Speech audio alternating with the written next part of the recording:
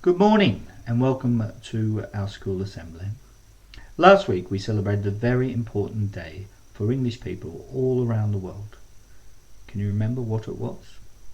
I'm sure Mr. Robinson spoke about it in his assembly on Monday. Hopefully you will remember. Yes, that's right, it's St. George's Day. But we also stopped to celebrate a rather famous person on St. George's Day as well. Do you know who that person might be? I want you to think about it while we listen to a hymn. Please do feel free to join in the singing with Mrs. Johnson.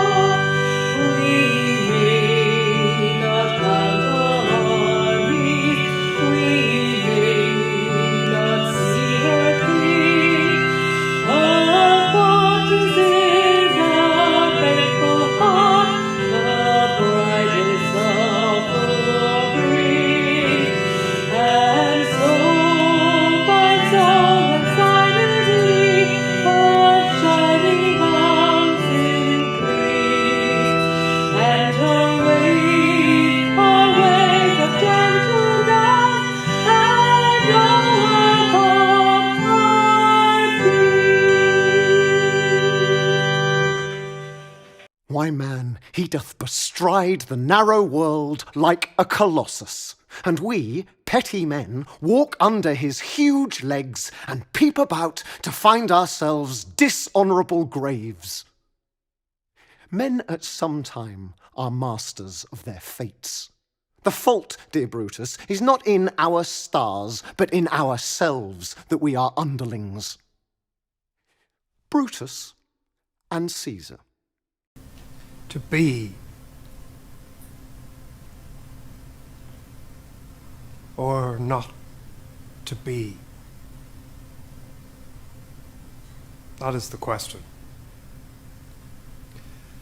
Whether 'tis nobler in the mind to suffer the slings and arrows of outrageous fortune, or to take arms against a sea of troubles, and by opposing, end them. Shall I compare thee to a summer's day? Thou art more lovely and more temperate. Rough winds do shake the darling buds of May, and summer's lease hath all too short a date. Sometime too hot the eye of heaven shines, and often is his gold complexion dimmed, and every fair from fair sometime declines. O Romeo, Romeo, wherefore art thou, Romeo? Deny thy father, and refuse thy name. Or, if thou wilt not, be but sworn, my love, and I'll no longer be a Capulet. Oh, be some other name. What's in a name? that which we call a rose by any other name would smell as sweet. So, do you know who wrote these famous lines? Yes, it was William Shakespeare, of course.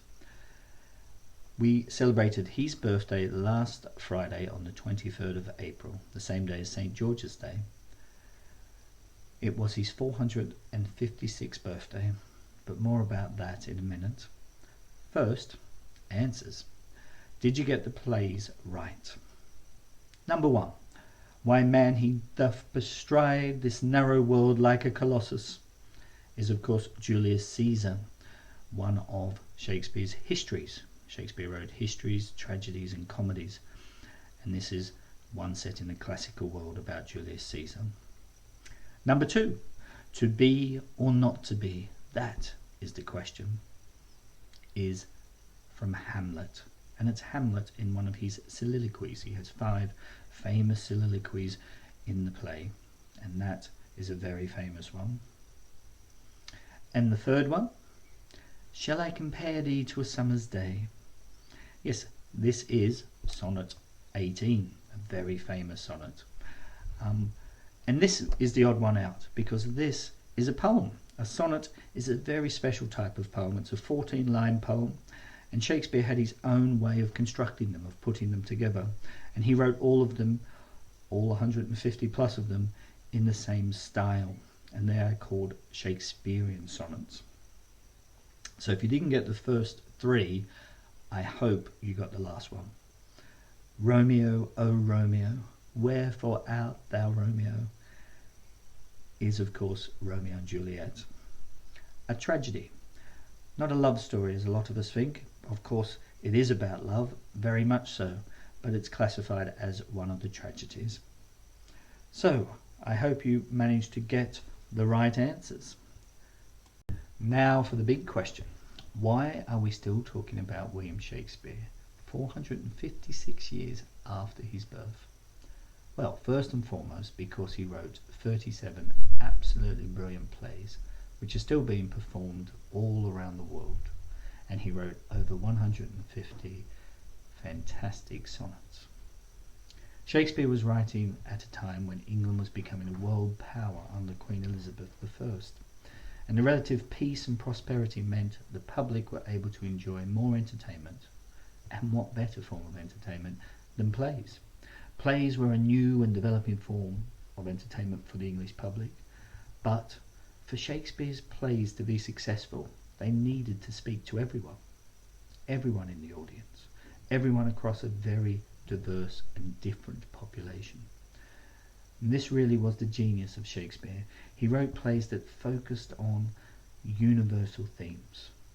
That is, things that all human beings will experience.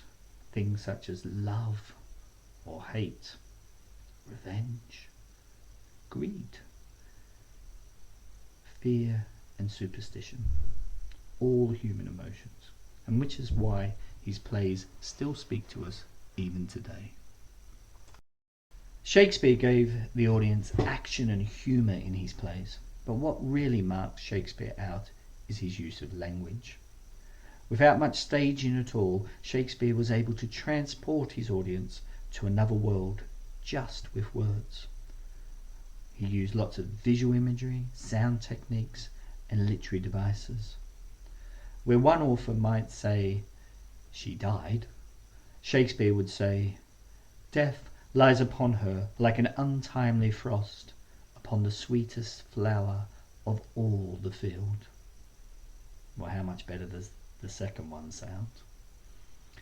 It is also worth remembering that Shakespeare introduced over 1,700 words into the English language. He invented over 700 of our common words by changing nouns into verbs, verbs into adjectives, connecting words that had never been used together before, adding prefixes and suffixes, and devising words wholly original, many based on from his learning of Greek and Latin. For example, words like compromise, courtship, and countless. Also, he developed strong sounding words like puking and savagery. You might think, but how would an audience know what these words mean? But when an actor is using their physical body to perform, the meaning is much easier to guess at. So here we are. It's Wow. magnificent. This is the globe. It's amazing. Bigger than you thought? It is actually. Yeah. I thought Quite it'd be a amazing, little isn't bit it? You think that in Shakespeare's day it may well have held up to 3,000 people? Love looks not with the eyes, but with the mind, and therefore is winged Cupid painted blind. We have 600-700 people standing in this yard. There's a fantastic atmosphere, because when you stand, you have all this energy, right? That's why children sit at desks at school, to stop them having energy. So when you stand, you've got quite an uncontrollable energy. So people didn't stand like this as if they were at church. They moved around. And they allowed their motions to go. Just like the modern theatre, how comfortable you were and what sort of view you had depended on how much money you could afford to spend. Who would be down here? Shakespeare called them the groundlings, and they paid a penny and they stood on the ground. They were groundling. And that was the cheapest place. It was probably the equivalent of about £6 or £7 today. So even cheaper than going to the cinema, right? So this was real popular entertainment. It was like a game. It was a playhouse. It was a house for play. So it was quite cool. I mean, I think sometimes in theatres today, you see classes of children and they're thinking, how can I get out without my teacher noticing? I think in Shakespeare's day, it was, how can I get in without my teacher noticing? It's really good. And who else Yeah, would who be would sit filling the up seats there? in the theatre? As you went higher up, you paid more money. At the top, you were actually removed from the smelly yard. Oh no. Sometimes the groundlings were called penny stinkards, right? So the higher you went, the higher you were in society. But the most expensive seats were up there, what we call the Lord's rooms. So the audience were allowed to sit behind the stage. Behind the Wouldn't stage. they not That's just get the odd. view of an actor's Well, yeah, head? they might do, but the point is they could be seen. Okay, so you could, look They at were the showing railway. off. They were a bit of showing off. It was a bit... I hope you enjoyed the video. Did you spot some differences? Well, for one, there's no roof, so the theatres are open to all kinds of weather. There's no curtain, and the stage extends out into the audience, although some modern theatres do that as well. A large section of the audience were standing. These were the cheapest price tickets, standing room only. But they did move around, they didn't stand still. The seating is circular or semicircular around the stage, and you would be sitting on wooden benches, and if you wanted a cushion, you had to pay more. Something that still happens at the Globe Theatre now. The most expensive seats were the private boxes, where wealthy people had their own room, often with food and drinks. I wonder, has anything actually changed? But Shakespeare's plays had to appeal to both the less educated members of the pit as well as the highly educated upper classes. So we do get this theatrical term, something called playing to the pit. And often this involves coarse language or physical humour. And this stands alongside some absolutely beautiful and sophisticated use of language which was there to appeal to the more educated classes. So for such a famous writer, one we all feel we know a little bit about, there's a surprising amount that we're not sure of. For example, we all agree we're celebrating his birthday on the 23rd of April, but actually we don't really know when he was born. We know when he was baptized, which was a few days after the 23rd of April, and so we are just really guessing that he was born, and the practice was to have babies baptized soon after they were born, so we're guessing at when his birthday actually is. We know more about when he died. Obviously he's buried and there was a funeral, so we know more about his death, which is reportedly the 23rd of April 1616. So there is this nice symmetry to think he was born and died on St. George's Day, especially as he's so connected to building the English language and therefore a big part of English heritage and the things English people want to be proud of. So, how do we know about Shakespeare? We do have church records, official documents, and the physical buildings that he'd lived in, the house he grew up in, Anne Hathaway's cottage as well. So there is physical evidence for Shakespeare's life as well. And I'd strongly recommend, really recommend, that you take the time to take a trip up to Stratford-upon-Avon and see those buildings. It's a beautiful place in the summertime for a day out and a day trip. And you can tour around the house and see about his family. You can see the school that he attended, and you can even take a visit to Anne Hathaway's cottage, as I said. Also, there's the RSC, and the RSC puts on performances and productions in Stratford-upon-Avon itself. It's right by the river. It's a lovely place for a picnic as well. So I'd highly recommend that you do that. If Stratford-upon-Avon seems too far away for a day trip, please do go into central London and take a tour of the Globe Theatre, which usually takes about an hour, or even better still, see a production at the Globe as well. Before I finish today's assembly, Mrs. McSween would like to make an announcement about Votes for School. So, over to Mrs. McSween. Good morning, boys, and thank you, sir. Last week's question for Votes for Schools was, should young people earn pocket money? And looking at the results there, we can see that 78.9, I'm going to round that up to 79% of you said that young people should earn pocket money, and 21% of you said that you shouldn't earn pocket money. Interesting news there, parents. Thank you, boys. So I thought I'd share with you some interesting comments here. Special shout outs go to Alistair MacLeod, who shares his dad saying that money doesn't grow on trees and that children should learn to earn their own money. To Rian Majavadia, who says that children shouldn't earn pocket money because it makes people selfish and they might not know how to spend the money they earn. Keshav Shah, also in year 4, children should do chores for their family anyway. If they want to get money, they should set up sales or start their own business. Some interesting comments there. Thank you, boys. Keep your comments coming. They're really interesting to read, and we look forward to seeing how you vote next week. Thank you. And so this week's question is, this week you'll be learning all about life as a child actor and deciding if it's something you'd like to do. This week, place your votes for, would you like to be a child actor? Perhaps you've seen those girls before on a programme you watch. I wanted to finish today's assembly with some time for reflection. It may seem unusual, but I'm going to play you a song, and I want you to listen rather carefully to the lyrics.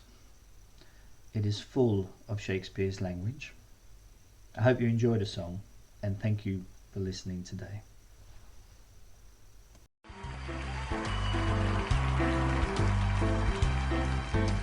My name is Shakespeare William.